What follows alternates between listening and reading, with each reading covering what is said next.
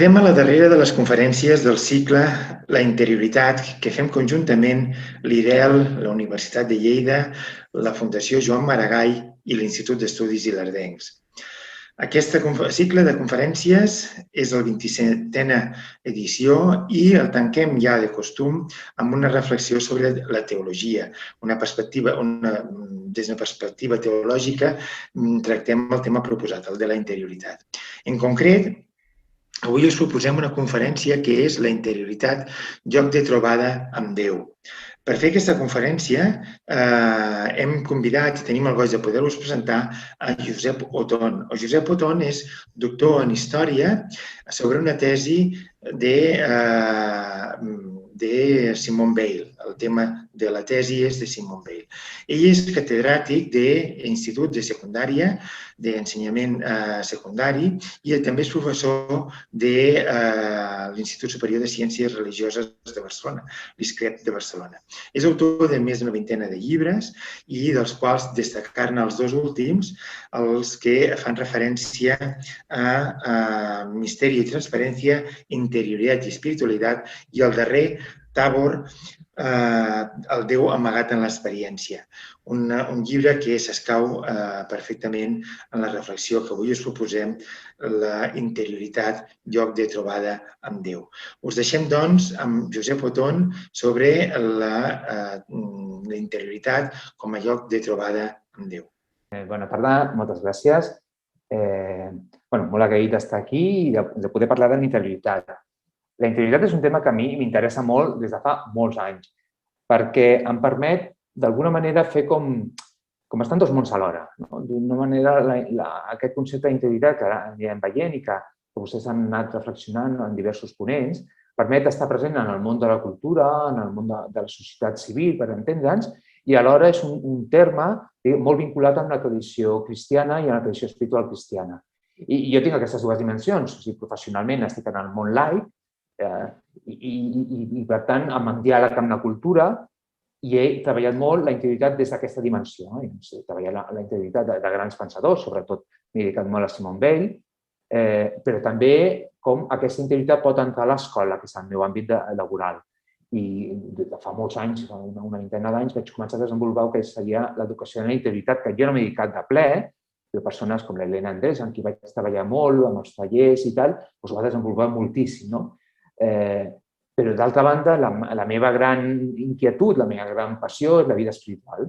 I aleshores he treballat la interioritat com a espai de trobada amb Déu. I, per tant, aquesta ponència em va perfecta perquè és la meva crida personal, diguéssim, la meva interioritat em crida a fer això. He escrit molt sobre tots aquests temes, vull dir, sobre aquesta dimensió més pedagògica, fa un parell d'anys vaig escriure Interioritat i espiritualitat en castellà, i ara, recentment, he publicat Tabor, el Déu amagat en l'experiència, per parlar explícitament sobre l'experiència de Déu i la interioritat com aquest espai d'experiència de Déu. Ara no explicaré el llibre en si, sinó que explicaré, diguéssim, com crear, com bastir l'estructura conceptual, com posar les bastides d'estructura perquè puguem entendre aquesta interioritat que hem anat treballant des de diverses facetes i que jo personalment l'he treballada, l'he estudiada i he escrit, com aquesta interioritat és un element fonamental de la fe cristiana, de les religions en general i del cristianisme en particular, perquè és l'espai on es produeix aquesta trobada en Déu o un espai molt important d'aquesta trobada en Déu. Ho explicaré en una presentació, en un PowerPoint. Bé, la interioritat, lloc de trobada amb Déu. No podríem definir què és la interioritat. Definicions hi ha moltes. Però jo m'agrada especificar aquests tres elements fonamentals que ens donen una idea de per què avui és tan important parlar d'interioritat. Quan parlem d'aquest concepte, que gairebé sembla un concepte nou, potser fa uns anys parlaríem d'ànima, no sé si seria el mateix, l'ànima ens fa referència al món psíquic, la psique i tal, però avui jo crec que quan parlem d'interioritat el que volem dir és la dimensió profunda de l'ésser humà. L'ésser humà no és només un animalot una miqueta més intel·ligent, no discutiria jo amb el transhumanisme i tal, sinó que hi ha una profunditat. Hi ha un nivell on la vivència és l'homo sapiens sapiens, l'home que és conscient de que sap, i que, per tant, això el remet a unes dimensions de la realitat, de l'existència, que no són només la simple supervivència. El remet, a una dimensió que no és la qüestió purament material. Ja no parlo d'espiritual, però que no és només purament material. I, per tant, aquesta profunditat té un ressò en el món de l'art, té un ressò en el món de la literatura, de la solidaritat, de les relacions personals. Per tant, aquesta interioritat, entesa com profunditat de la persona, no és el contrari de l'exterioritat, sinó és el contrari de la superficialitat. I en la nostra societat tan trivial, tan banal, tan supèrflua, parlar d'interioritat és parlar d'un humanisme profund. És parlar de dimensions de l'ésser humà, de la persona, de la dignitat de la persona, que ens fan escapar d'aquesta inèrcia que portem de flotar en l'aigua sense endinsar-nos a l'abisme, a l'abisme en el sentit positiu de l'abisme, als jocs profunds. La segona idea és la identitat. Quan parlem d'interioritat és qui soc jo. Anem a les arrels de la persona.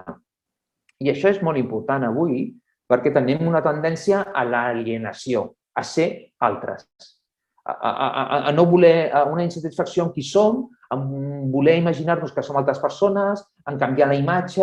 En el món d'internet i d'informàtica tenim aquesta tendència de buscar avatars, de personatges ficticis que ens representen en el món virtual, de fingir que som altres persones.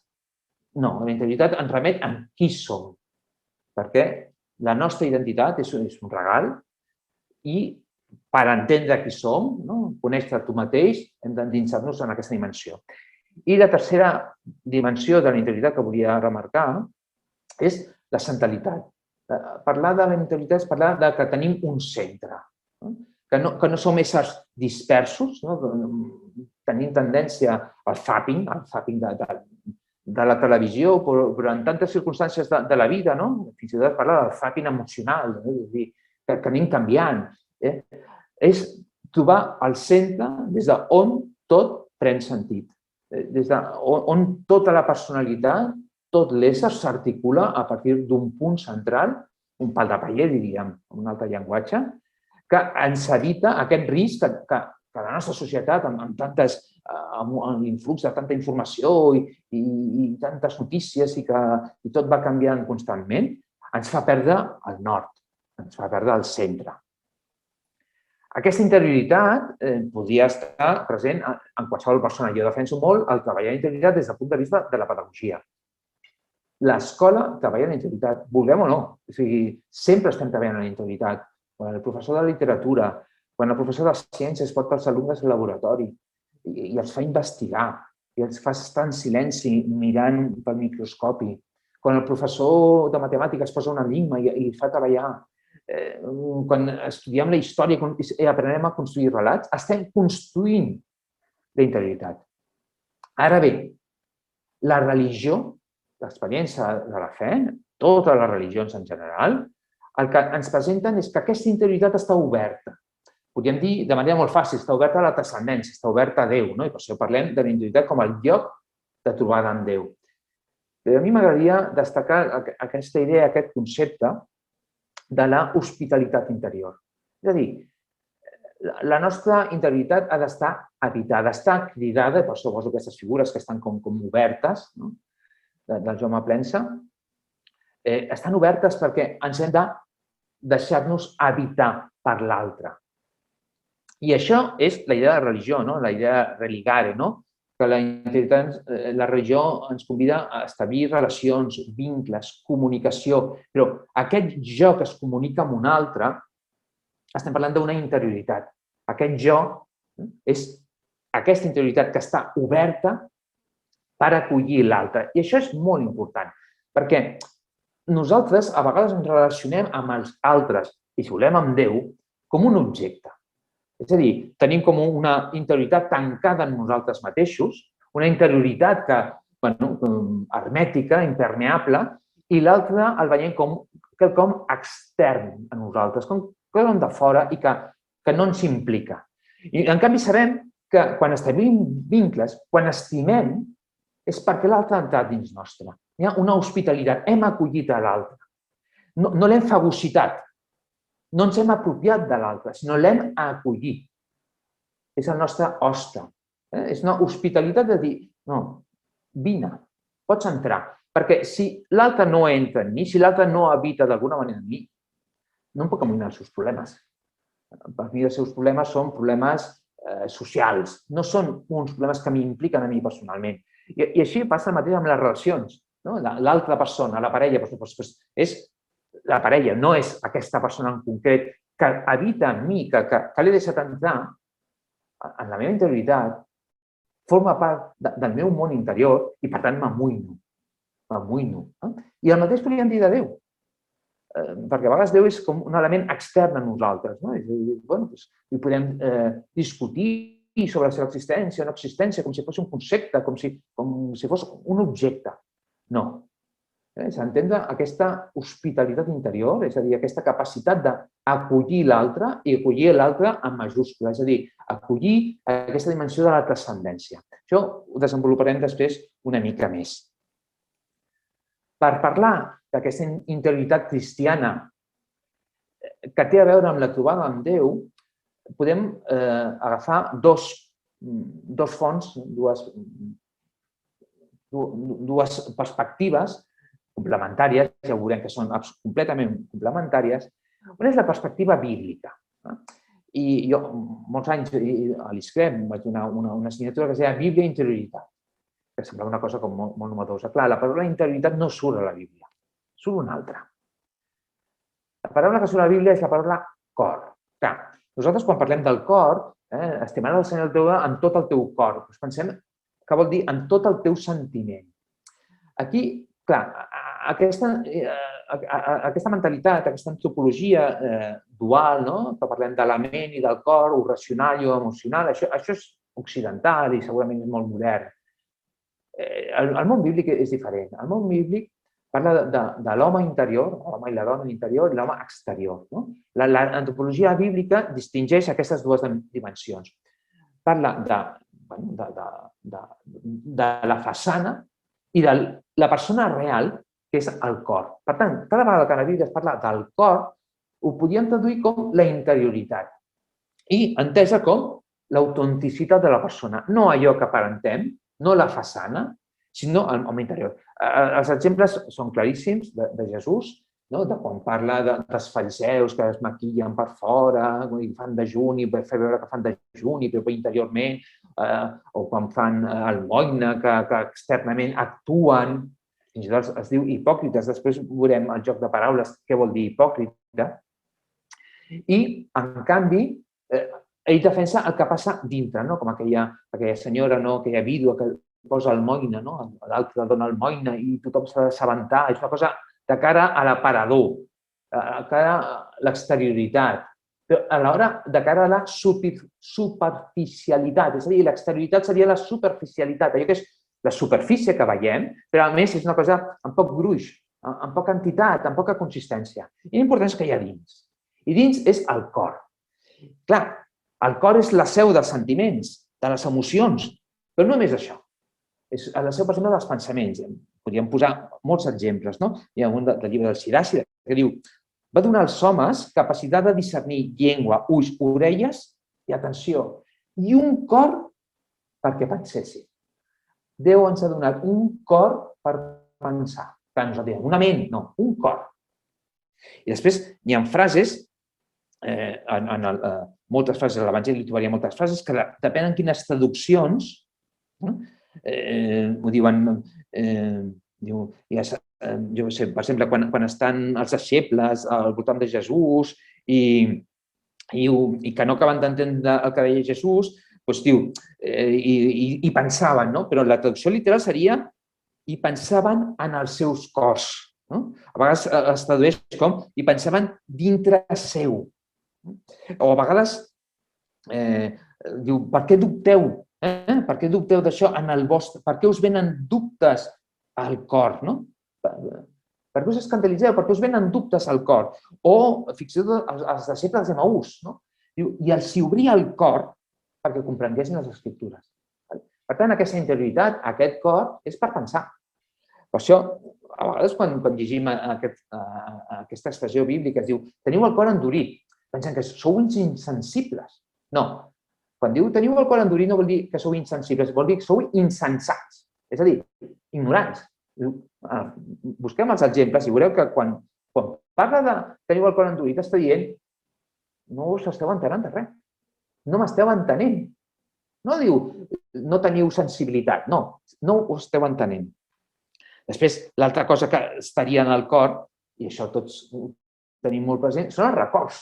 La mateixa paraula record és passar, recordar és passar pel cor. I pensem en aquelles frases que deia sobre Maria, la Verge Maria, la mare de Jesús, que diu Maria guardava tot això en el seu cor. El cor és la memòria. Els records estan en el cor. I podríem seguir, no? I les decisions, no? I per exemple, quan diu proposeu-vos en el vostre cor, aneu a la vostra, no us heu circumcidat el cor. Què vol dir que no us heu circumcidat el cor? Que no heu purificat les vostres intencions, les vostres decisions. Tenim molts exemples de la Bíblia de com la paraula cor seria aquesta interioritat on estan els pensaments, els records, les decisions, les emocions i l'autenticitat de la persona. I això lliga a una altra imatge de la Bíblia, que és la religió interior, la religió del cor. Els profetes de l'Antic Testament critiquen sovint, que li diuen al poble, diu que és un poble que m'honora amb els llavis, però el seu cor està lluny de mi, el profeta Isaías. O jo no vull sacrificis ni holocaustos, jo vull un cor penedit. Per tant,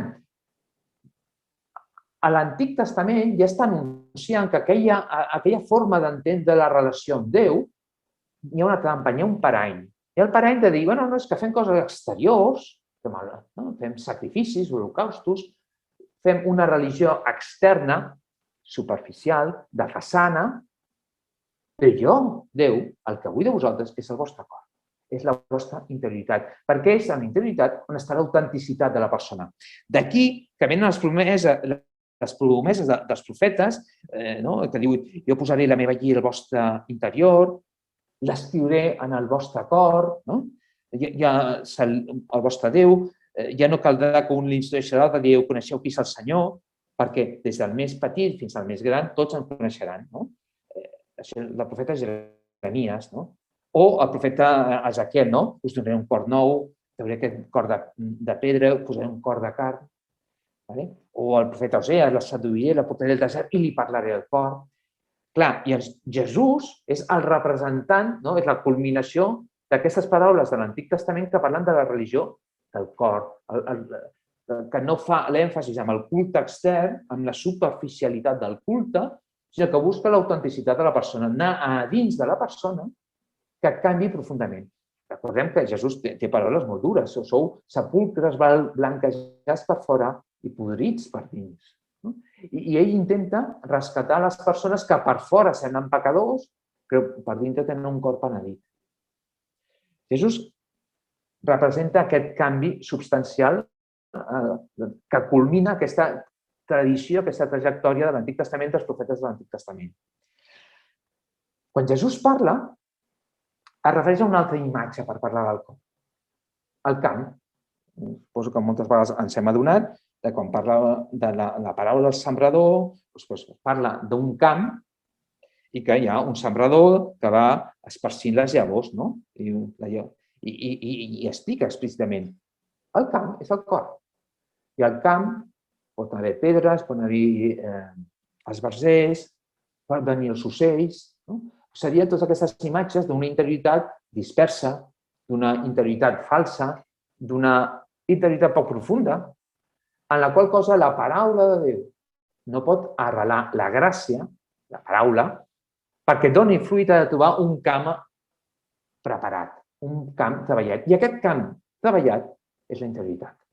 Perdó, aquest camp és la interioritat. I, per tant, ens convida, és una invitació a treballar aquest món interior per poder acollir la paraula, la gràcia. Una altra imatge del Nou Testament és la font. Quan Jesús està amb la samaritana i li comenta, diu, l'aigua que jo et donaré es convertirà en una font d'on brolla vida eterna. Es convertirà dintre de la persona, brollarà una font. Remet també a imatges de l'Antic Testament, la font del temple d'Ezequiel. Aquesta font del temple que parla d'Ezequiel està dins a la interioritat de la persona. O a Joan 7, quan si algú té set que vingui a mi, el que creu en mi que begui, perquè diu l'Escriptura que al seu interior brollaran rius d'aigua viva. D'això, deia això referint-se a l'esperit que havien de rebre els que creurien en mi. Per tant, aquest esperit està representat per aquesta font d'aigua que brolla de l'interior de la persona. I aquí hi ha un canvi substancial, crec, em puc equivocar, els biblistes m'ho discutiran o no, no ho sé, que el que ens ve a portar Jesús és una vida nova, unes normes noves, sí, però sobretot ens parla d'una realitat nova. Pel culte de l'Antic Testament, pel culte dels jueus, dels israelites, és molt important el temple, i el temple té un santuari, el sant dels sants, que coneixem, o el Devir, en hebreu, que és... La paraula Devir és molt curiosa, és una paraula que volia dir l'habitació del darrere, perquè les cases tenien una habitació, diguéssim, on entraven les visites, però després hi havia la darrere, com una mena de rebost, on hi havia la intimitat de la família. És la part amagada, és allò que està amagat, és l'habitació del darrere. Això vol dir la paraula Devir. Quan van construir el temple, van agafar aquesta idea, que ve de l'arquitectura quotidiana, i van construir el seu Devir, el Sant dels Sants, el Sancta Sanctorum, que era la part del darrere, la part amagada, on estava la presència de Déu, on estava l'arca, estava la presència de Déu. D'alguna manera, el que fa Jesús és indicar-nos que aquest Devir, que aquest lloc de trobada amb Déu, que aquest santuari està a l'interior de la persona. Hi ha moltes referències. Abans parlava que criticaven els fariseus d'hipòcrites. Hi ha un verset, al Mateu 6:6, que quan està parlant dels fariseus, que són uns hipòcrites perquè estan a les cantonades, que tothom se'ls vegi, diu, no, tu quan preguis, tanca't a l'habitació, com el Devir, tanca't al lloc més retirat, tanca't amb pany i clau i pega al teu pare. Atenció, present als llocs secrets, amagats, i el teu pare que veu el que és amagat et recompensarà. Clar, en grec, amagat vol dir cripto. Aquí ens ve a nosaltres les criptes, és un lloc amagat, o ens ve això és molt críptic, això és molt amagat, el significat està com amagat. Clar, contraposa els hipòcrites, és un joc de paraules en grec, amb ves al cripto, a la cripta, el lloc amagat, al Devir. L'hipòcrita no és el que exterioritza el que no és, i en canvi aquesta interioritat, que és el lloc autèntic, és un lloc secret, és un lloc amagat, i que és on està la presència de Déu. I aquí hi ha, jo diria que tota una teologia sobre aquest temple interior, aquest santuari interior, aquest Devir, que és la pròpia interioritat. És quan Jesús promet, qui m'estima guardarà la meva paraula, el meu Pare l'estimarà i vindrem i farem estada en ell. Perquè és haremos morada, i després ens sortirà una altra vegada la paraula morada. O quan li pregunten pel regne, està aquí o està allà, i diu, no, el regne de Déu és dins vostre. Però el que això ho desenvolupa a un nivell que se n'adona més, perquè, clar, els deixebles de Jesús estaven en Jesús, estaven al seu costat, s'hi costava aquesta idea de dins Déu. Però Sant Pau, que no va tenir aquesta experiència amb el Jesús físic, amb el Jesús històric, diguéssim, sinó que va tenir a Crist, aquest Jesús ressuscitat que saltava el camí de Damasc, va parlar de no sóc jo, és Crist qui viu en mi. És Crist qui habita en mi. Per tant, jo sóc santuari. Llavors, això ho repeteix moltes vegades, no? I quan parla de l'Esperit Sant, parla que està en els nostres cors, no? I són temples d'aquest esperit, no? Perquè el temple de Déu és sagrat i aquest temple sou vosaltres, no? O la prova que sou fills de Déu és que Déu ha enviat als nostres cors l'esperit del seu fill. Per tant, la Bíblia ens parla d'aquest cor que és la interioritat, que és la seu de les emocions, dels sentiments, dels pensaments, de les decisions, dels records, per convidar-nos a una religió que no sigui supèrflua, és a dir, que no sigui superficial, que no sigui de cara a l'exterior, que no sigui només un compliment extern, un compliment mecànic de les normes, sinó que ens convida a una conversió interior, un canvi del cor, canviar aquest cor de pedra per un cor de carn, que la llei estigui inscrita en el nostre cor. I Jesús, aquesta idea que ve de l'Antic Testament, l'agafa, la pren, manlleva aquesta idea, parla del camp, on rep l'allò, parla de la font, però ens prepara per entendre que ell viu al cor del creient.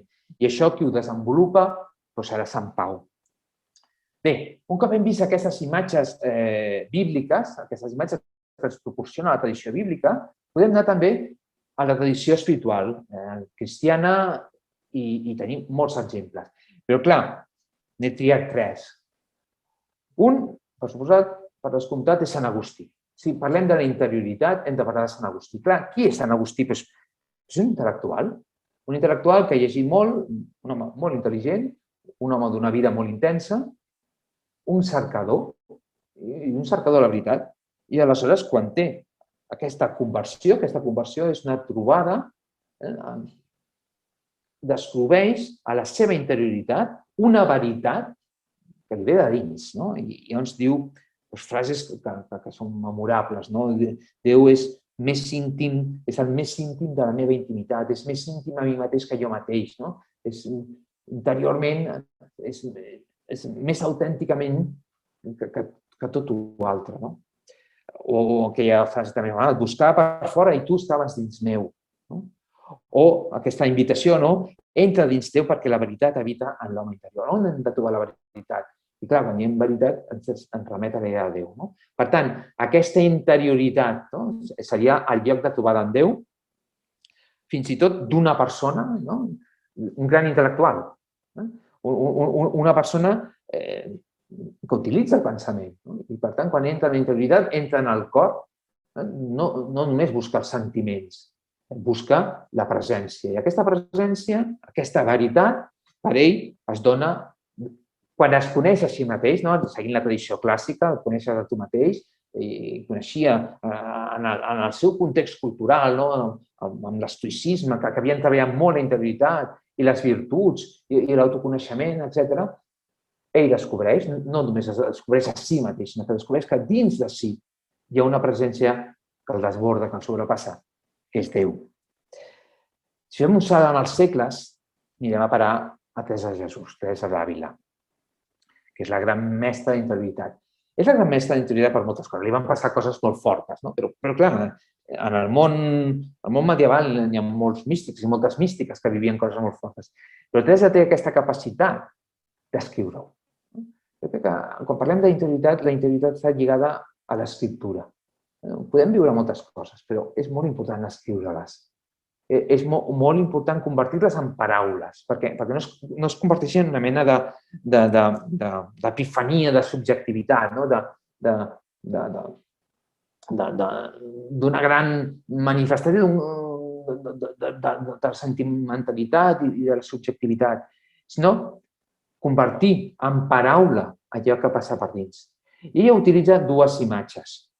Les 2 tenen origen bíblic, com hem vist fins ara. Una és l'hort, el huerto, dic en castellà perquè l'hort, que ve d'aquelles imatges del Nou Testament, del camp i la llavor, però també d'algunes imatges de l'Antic Testament, del Càntic dels Càntics, on es parla de l'or, del lloc de trobada entre el nuvi i la núvia. I aquí de què parla? No en parla tant, potser, de la llavor, i quan parla de la gràcia parla de l'aigua. És a dir, nosaltres som un camp i aquesta presència de Déu que fertilitza el camp, ho fa amb una cosa que és evident, no? Que és l'aigua.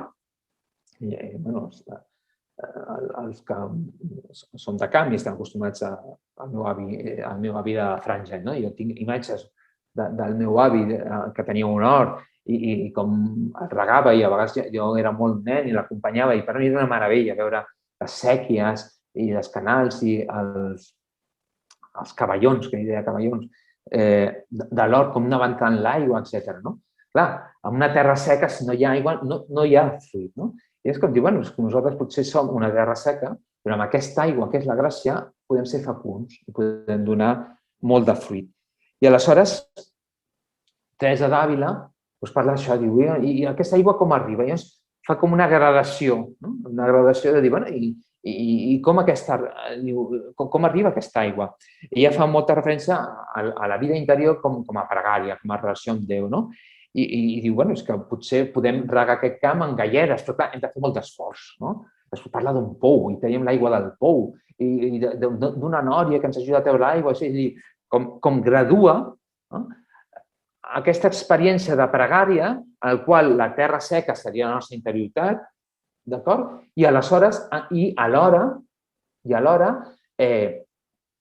aquesta interioritat és regada.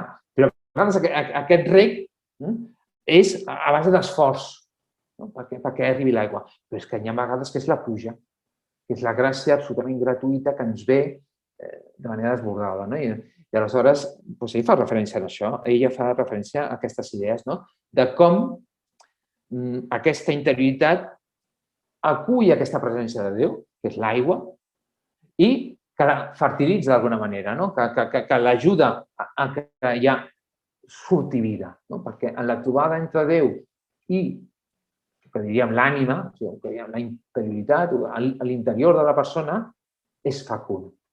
L'altra imatge que ens presenta Teresa d'Àvila són les morades. Les morades ve d'aquell fragment que hem comentat abans, de dir,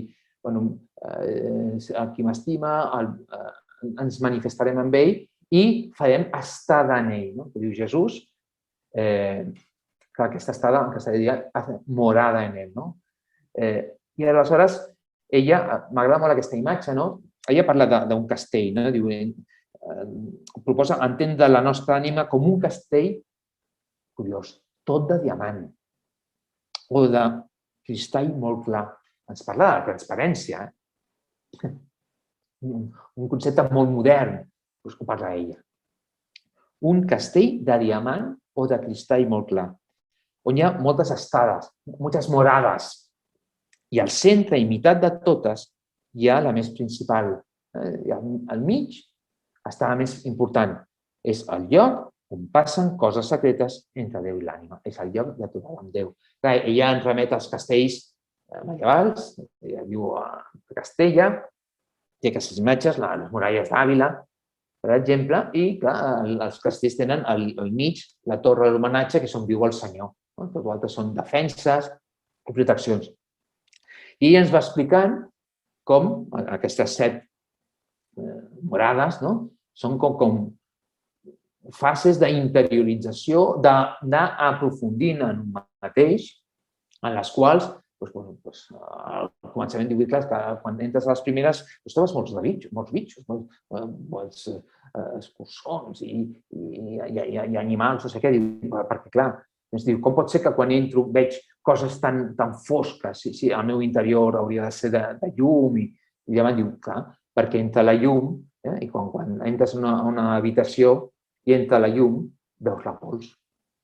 I depèn quins rajos entren del sol, veus la pols flotant per l'aire. Diu, el mateix ens passa a nosaltres. Quan entrem a dins nostre, quan entra la llum, podem veure aquestes imatges. I va graduant jo he tirat aquesta imatge perquè recorda l'escala de Jacob, aquesta imatge de l'Antic Testament, del patriarca que s'adorm a Betel i té un somni i veu una escala i pugen i baixen àngels. A dalt d'aquí de tot veiem, posa glòria i posa el nom de Déu en hebreu, Jacvé. I llavors quan es desperta, Jacob diu Déu hi era aquí i jo no m'havia adonat. Clar, quan diu hi era aquí, aquest aquí pot ser Betel i fa un santuari a Betel, però clar, on s'ha trobat ella Déu és en el seu interior, és en els seus somnis, en la seva interioritat. D'alguna manera veig que aquesta imatge que he triat de les morades es posa així com una escala que van pujant fins a arribar a Déu. I ell ho explica com fases de la vida de pregària. Com diu, una pregària més de quietud, una pregària en què discorrim molt nosaltres, no sé què, després una pregària més de quietud, després una pregària que ens deixem portar més per l'esperit, i va explicant les diferents maneres de pregar que corresponen a diferents moments, d'etapes d'aquest procés d'interiorització a la recerca d'aquest Déu que habita a la morada central, a la setena, en el lloc principal del castell. L'altre gran mestre de l'interioritat és Sant Joan de la Creu. Sant Joan de la Creu també té imatges que agafa del món bíblic per parlar. Aquí n'he posat dos, n'hi ha una tercera, n'hi ha una que no he posat, però també m'agrada molt, que és la bodega interior. És com dins nostre, són aquestes imatges del món rural, dins nostre, les cases que a baix tenien el celler i entres en aquest celler, en aquesta bodega interior i vas a buscar el vi, que és vida. Una altra imatge que planteja Sant Joan de la Creu és la fuente, aquesta font interior que abans ens sortia a l'Evangeli, aquesta font que brollarà dins d'ell, brollaran rius d'aigua viva que van fins a la vida eterna. Té aquest poema tan preciós. Oh cristalina fuente, si en esos tus semblantes plateados formases de repente los ojos deseados que tengo en mis entrañas dibujados. Que bien sé yo la fuente que emana y corre aunque es de noche. Su origen no lo sé, pues no lo tiene. Mas sé que todo origen de ella viene, aunque es de noche. Sé ser tan caudalosas sus corrientes que infiernos cielos riegan y las gentes, aunque es de noche. Clar, ell descobreix aquesta vida de l'esperit, que ens parlaven els textos del Nou Testament, els textos de l'Evangeli de Jesús, que Jesús explica en l'Evangeli, o els textos de Sant Pau, que parla del nostre interior com un temple de l'Esperit Sant. Ell utilitza aquesta imatge de la font i, a més, de la font que brolla a la nit. És a dir, que ens fa endinsar-nos a la recerca d'aquesta font, que és la set. La set és la que ens guia cap a la font. L'altra imatge, la tercera imatge que ens presenta Sant Joan de la Creu és el Monte Carmelo. Poso aquesta imatge. Presenta la muntanya com lloc de trobada. La muntanya és com una imatge de la pròpia interioritat, perquè és com a la inversa. La muntanya has de pujar, has de fer l'esforç per pujar. En canvi, la interioritat has de fer l'esforç per baixar, per aprofundir i tal. És com aquest joc, aquesta simetria de pujar o de baixar. Pujar a les grans muntanyes, el Sinaí, l'Oreb, el Mont Carmel o el Tabor. Per això abans, quan parlava del llibre, he utilitzat la imatge del Tabor com el lloc de trobada amb Déu, d'experiència de Déu, perquè implica aquest camí de pujada, aquest esforç per pujar i trobar-te com el núvol que ens parlava el llibre de l'Èxode, que Moisès es troba en aquell núvol. Després, a l'escena del Tabor, torna a sortir aquest núvol i, diguéssim, la mística medieval, que aquest llibre, el núvol del no saber, que ens parla d'aquesta contemplació, d'aquest núvol, que és aquesta presència de la glòria de Déu, i però que no es veu i que hi ha aquesta foscor, aquesta nit de la qual parla Sant Joan de la Creu. Hi ha una nit que és la nit de la sequedat, de pujar a la muntanya, per entendre's, i després hi ha aquesta altra nit que és l'accés, que és el núvol dens, aquesta contemplació d'aquesta boira divina, que hi ets però que no te n'adones, que estàs dins però que no te n'adones, que seria la segona nit de Sant Joan de la Creu. Aleshores, un cop explicat això, un cop hem fet aquesta definició d'interioritat, que aquesta definició d'interioritat ens convidava a que sigui una interioritat oberta, que la religió ens parla d'una interioritat oberta, no una interioritat impermeable d'un jo tancat en mi mateix, sinó d'un jo que només pot ser ell mateix en la mesura que s'obre als altres, a Déu mateix. I per explicar tot això hem utilitzat les imatges bíbliques, el cor, el camp, la font, el santuari, o les imatges de la tradició espiritual. Podríem haver afegit moltes, jo podria parlar molt de Simone Weil i d'altres pensadors, altres autors que han tingut una experiència i l'han explicada en clau d'interioritat. Hem parlat de les morades, hem parlat de l'hort, de Santa Teresa, hem parlat de la font, de Sant Joan de la Creu, de l'Interior Bodega, de Monte Carmelo. I ara voldria concretar aquesta idea de com es plasma a la nostra vida aquesta idea d'una interioritat oberta. És a dir, aquesta idea que ens pot semblar abstracta, ens pot semblar, bueno, això és per Santa Teresa d'Àvila, no? Això és per aquells 3 deixebles que pugen al Tabor, que no hi pugen tots, i la resta. Quina és la nostra experiència d'aquesta interioritat? És a dir, aquesta trobada amb Déu, què ens ha de passar, i tal.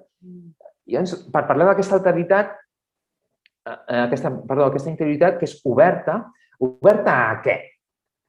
Oberta en primer lloc a la realitat. És a dir,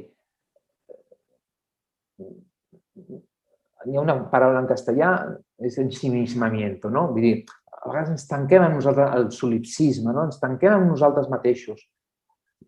I, en canvi, la interioritat és, precisament, obertura. És obrir-nos a la realitat. No desentendre's de la realitat, no és una fuga amunt, no. La persona que està treballant la seva interioritat, la persona que no s'amaga del món, que no fuig del món, no és un cargol que es tanca dins de la seva closca per protegir-se. La interioritat no és aquesta closca que ens protegeix, perquè aleshores aquesta closca seria la nostra presó. No, la interioritat és una bastida, una estructura, un centre que ens dona solidesa, que ens dona consistència, que ens dona força per obrir-nos, per relacionar-nos. I, per tant, per relacionar-nos i obrir-nos a la realitat, en general, al món, a l'univers, als esdeveniments. I atenció, i dins d'aquest món hi ha una realitat molt particular, els altres, l'alteritat, les persones. Clar, aquesta interioritat, jo només soc jo en la mesura que em relaciono amb, o la realitat podríem dir allò d'Ortega i Gasset, jo soy yo y mis circunstàncies, no? És un jo obert a aquest intercanvi, aquest flux, aquesta interacció amb el món, i que no soc jo només com un bolet que ha sortit del no-res i que està... No, és un jo arrelat en una realitat. No sé qui deia, que nosaltres pensem en els peus, perquè, clar, depèn on tinguis els peus, penses d'una manera o d'una altra, ets d'una manera o d'una altra. Els peus són molt importants. Si els meus peus, si jo he nascut en un barri, un suburbi, en un barri de barraques d'una ciutat d'aquestes populoses d'Amèrica Llatina, soc d'una manera. Si he nascut en un palau, soc d'una altra. Si he nascut al camp, al desert, soc d'una altra. Si he nascut en les muntanyes, en un paisatge idíl·lic, soc d'una altra. Els peus em determinen, no? Aquesta imatge tan simple que és els peus és jo estic obert a la realitat. Però aquesta realitat implica també la presència dels altres éssers humans, que puc tenir una relació de rivalitat, de gelosia, d'enveja, o que siguin els meus hostes, els meus convidats, i entendre l'altre com un convidat que ve a casa meva, al meu interior, i el deixo entrar al meu interior. Entrar al meu interior no vull dir explicar-li les meves intimitats, això amb qui calgui com convingui, sinó que no és un estrany, és algú que està dins meu, d'alguna manera entra, m'ha entrat al cor. No és que m'he enamorat, no, ha entrat al meu cor, m'implica, he establert un vincle amb mi mateix. I l'altre seria descobrir que aquesta interioritat és un pou sense fons, és un abisme. Som éssers abismàtics. Jo, quan dic la paraula abisme, a mi ho dic en un sentit molt, molt positiu. Som éssers abismàtics, és a dir, som éssers que tenim una profunditat que no sabem trobar al límit. Estem oberts a l'infinit. I això és que ens diuen les religions, però cada cop més, fins i tot en el món laic, ens parlen d'una relació, d'una espiritualitat, fins i tot sense Déu, o sigui, amb una profunditat d'un mateix en el qual entres en comunió amb el tot, amb la realitat, amb els altres, i que descobreixes dins teu aquesta dimensió de plenitud, d'unitat amb el cosmos, si podem dir. Ara bé, aquestes tres dimensions que ens porta l'obertura, la interioritat, es poden llegir en clau cristiana, en clau creient. I la realitat la descobrim com creació. I descobrir la realitat com creació vol dir moltes coses. Vol dir descobrir-la com regal, com alguna cosa que no ens pertany, que podem usar, que és un regal, que és alguna cosa que ens deixa. És com si anem a una casa i anem convidats i ens deixen a casa i hem de gaudir d'aquella casa. Però no la podem llogar. No la podem vendre. Tenim l'ús de fruit, però és un regal. I per tant és un regal que ens ve d'un creador, d'un Déu. Per això Sant Pau, quan parla a l'Areòpag d'Atenes, els hi parla de la creació, els hi parla de l'univers, de la bellesa de l'univers i del cosmos. I diu que Déu ha posat la creació perquè cerquem Déu, encara que sigui a les palpentes. És a dir, tota interioritat per qualsevol ésser humà, quan mira la natura, quan descobreix la natura, en el fons, a les palpentes, pot intuir aquest Déu. Quan ens obrim a la natura, a la contemplació de la natura, o quan tenim cura de la natura, perquè ara aquesta creació que ens ve donada com a do, com a regal, és quelcom sagrat. Per què? Perquè ens ve de Déu.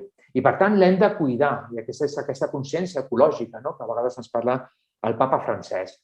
És aquesta consciència ecològica que hem de tenir cura de la realitat, hem de tenir cura de la creació, hem de tenir cura de la natura. Per què? Perquè és el regal que ens ve de Déu. I per tant l'hem de protegir, l'hem de cuidar.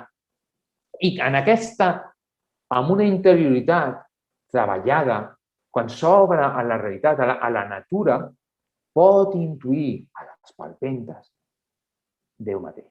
Per tant, la creació entesa des d'aquesta interioritat oberta és un lloc de trobada.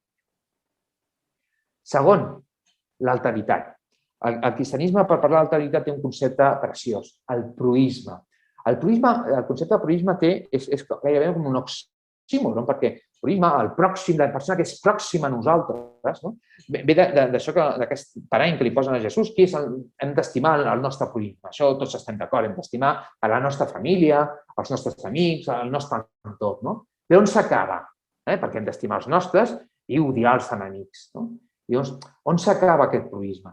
És a dir, tots estaríem d'acord que hem d'estimar a la nostra parella, als nostres fills, als nostres pares, als nostres germans, hem de tenir bones relacions amb els nostres veïns, amb els nostres companys de feina, però on s'acaba això? Jo per qui m'haig de deixar la vida? Pels meus fills, sí, però pels fills de l'altre també m'haig de deixar la vida. I quan Jesús li pregunten això, ens parla d'aquesta paràbola que tots coneixem, que és el bon samarità. I explica, i aquest bon samarità passa un sacerdot, passa un levita, hi ha un home ferit i passen d'allà. Ve el bon samarità, el veu i es compadeix d'ell. Fixeu-vos, i ens diu, aquest és el seu proïsme. Què és el meu proïsme? El que em necessita. No el que està pròxim. Aquest proïsme no és els que estan pròxims. Per això dic que és una mena d'oxímoron, sinó és que els que estan pròxims que jo haig d'estimar és universal. No és el que està pròxim físicament només. Formo part de la mateixa família humana. I aquest pròxim, aquesta mena de contrasentit, no sé si ho estic explicant bé, és a dir, que jo entenc que jo he d'estimar els que tinc propers, els de la meva família. Però és que no, és que el pròxim és qualsevol ésser humà, que et trobes pel camí, encara que no sabies qui és. Perquè l'important, i aquest és l'altre concepte, el segon concepte per definir proïsme, és que aquest proïsme és algú vulnerable. L'ésser humà en tant i quan és vulnerable. Per tant, aquesta interioritat oberta que convida l'altre a ser un hoste del meu cor és perquè jo em compadeixo del que pateix. I aquest és el gran concepte cristià, el proïsme, el bon samarità. I llavors, aquí, quan jo estic obert des de la meva interioritat, tinc una trobada amb Déu. I això és el que diu Mateu 25. Vaig tenir gana i em donava de menjar, vaig tenir set i em donava de beure, vaig estar nu i em vestir, o vaig estar a la presó en visitar-ho. Quan hem fet això? Diu, quan ho heu fet en qualsevol d'aquests que ho necessiten. Quan en qualsevol vulnerable el tractem com el proïsme, quan la nostra interioritat està oberta al que pateix, el proïsme, es produeix una trobada amb Déu. Mateu 25. I en tercer lloc, a la interioritat, com li passa, com ens ha descrit Sant Agustí, com ens ha descrit Santa Teresa, que escriu com si pintés, perquè ens parla d'això tan plàstic, un castell de diamant o cristall transparent, i ella diu clar, és la nostra interioritat. I en aquesta interioritat, en aquest pou sense fons, descobrim una dimensió que ens desborda, que ja no som nosaltres. Descobrim una dimensió que és l'esperit. I aquesta dimensió de l'esperit és l'esperit humà que es connecta amb l'esperit de Déu, que és el que hem llegit abans de Sant Pau. En la profunditat de mi mateix, i aquesta és l'experiència de la pregària, aquesta és l'experiència que podem tenir en el silenci, aquesta és l'experiència que podem tenir a la vida litúrgica, a la vida sacramental, estem inhabitats per Déu. Nosaltres som aquest castell interior i al lloc central hi ha una estança, una morada, l'esperit humà, que acull l'esperit de Déu.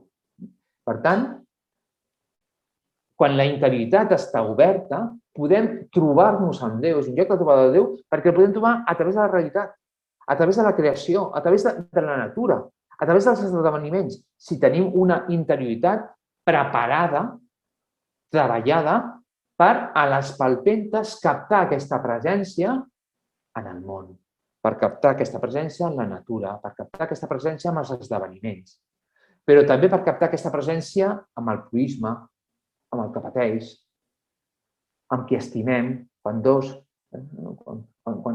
allà on hi ha caritat, allà està Déu, on hi ha dos o tres reunits en el meu nom, on hi ha la comunitat, podem trobar la presència de Déu.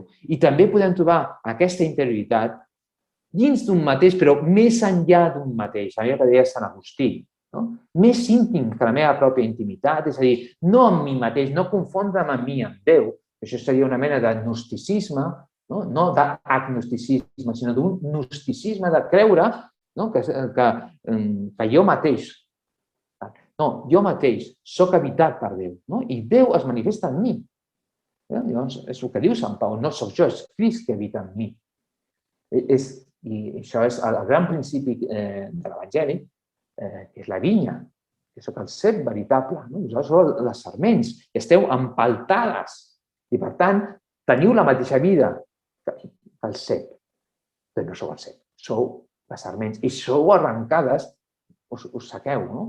Doncs, d'alguna manera, nosaltres, interiorment, a part d'aquesta trobada amb Déu que podem tenir a través de la creació, a través de la realitat, a través dels esdeveniments, a través del proïsme, de les persones que estimem, de les persones properes, dels germans, de la comunitat, del que pateix, paraula de bon samarità, el podem trobar dins nostre quan tenim aquest espai de silenci i de presència, o de litúrgia, o de pregària, o de meditació. I acabo resumint tot això amb aquest esquema al qual, per fer aquesta trobada, al lloc de trobada amb Déu, s'han de combinar diversos elements. Normalment, és com el que fem a la vigília pasqual, de portar l'espelma, i un altre ens l'enseny. Nosaltres fem aquesta trobada amb Déu perquè algú, això ho diu Sant Pau, ens ha predicat amb la paraula o amb el testimoni, amb la solidaritat. Quan algú ens ha ajudat o nosaltres hem ajudat en algú, en aquesta interrelació amb l'altre, que a vegades ens ve donada per la paraula explícita, pel querigma, per l'anunci, però també pel testimoni present del que és l'esperit de l'Evangeli, s'encén aquest foc. Però aquest foc ha de ser un foc que s'agafi a la fusta, a una fusta bona. Jo dic, una cosa, el foc i la fusta. Sense la fusta no hi ha foc, sense la llenya no hi ha foc. Però el foc no és la llenya. Podem tenir llenya que no estigui encesa. Nosaltres podem tenir una integritat, però si no hi ha el foc, no hi ha la flama, no s'encén. I la integritat què és? És aquest espai d'acollida. Aquest espai on l'experiència s'ha de pair, ha de madurar. Per això necessitem silenci, meditar, rumiar. Allò que dèiem abans de Maria, que portava aquestes coses al seu cor i les meditava.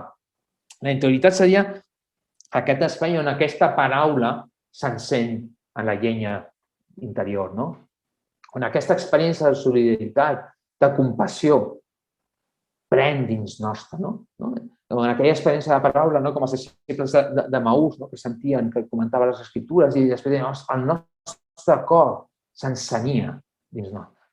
Aquesta és aquesta interioritat. I després a mi m'agrada parlar de la cultura, perquè què ens passa en el nostre temps? Que a vegades el filtre cultural no resulta comprensible.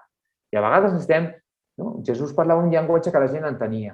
Hem parlat d'imatges del camp, la llavor, la font, que són imatges que la gent entenia. I a vegades el missatge no arrela perquè és un llenguatge molt poc comprensible. Jo comentava abans que l'experiència de Santa Teresa està molt lligada a la capacitat d'escriure, perquè l'experiència és comunicable en la mesura que sabem explicar-la amb una cultura intel·ligible pels nostres interlocutors. I Jesús s'esforçà en que les seves paraules fossin comprensibles, intel·ligibles. Buscava els exemples que podien colpir, podien tocar, podien entendre la gent. I a vegades nosaltres, quan parlem de l'experiència trobada amb Déu, a vegades tenim problemes culturals, que el llenguatge ja no ens diu el que ens hauria de dir. Llavors, jo crec que per aquesta trobada de Déu, amb Déu, han de confluir aquests tres elements, aquesta alteritat, aquesta paraula o aquest exemple, testimoni, que ens parla explícitament de Déu, de manera explícita o implícita, que és acollit en una interioritat però que necessita ser amarat d'una cultura que ens permeti entendre això. I parlant de cultura, acabo amb un poema d'un gran pensador, un gran poeta, Schelling, que ens diu: en tots nosaltres habita la secreta i meravellosa facultat de retirar-nos dins de nosaltres mateixos, despullat de tot el que se'ns ha afegit de fora, i allà, sota la forma de la immutabilitat, contemplar allò etern en nosaltres. Doncs molt bé, acabo aquí, convidant-nos a tots a buscar la nostra interioritat, trobar-nos amb nosaltres mateixos, descobrir qui som, buscar una solidesa interior, una força, etc. Però sobretot trobar aquesta secreta, treballar aquesta secreta i meravellosa facultat de trobar en el nostre interior allò etern que habita dins de nosaltres. Moltes gràcies.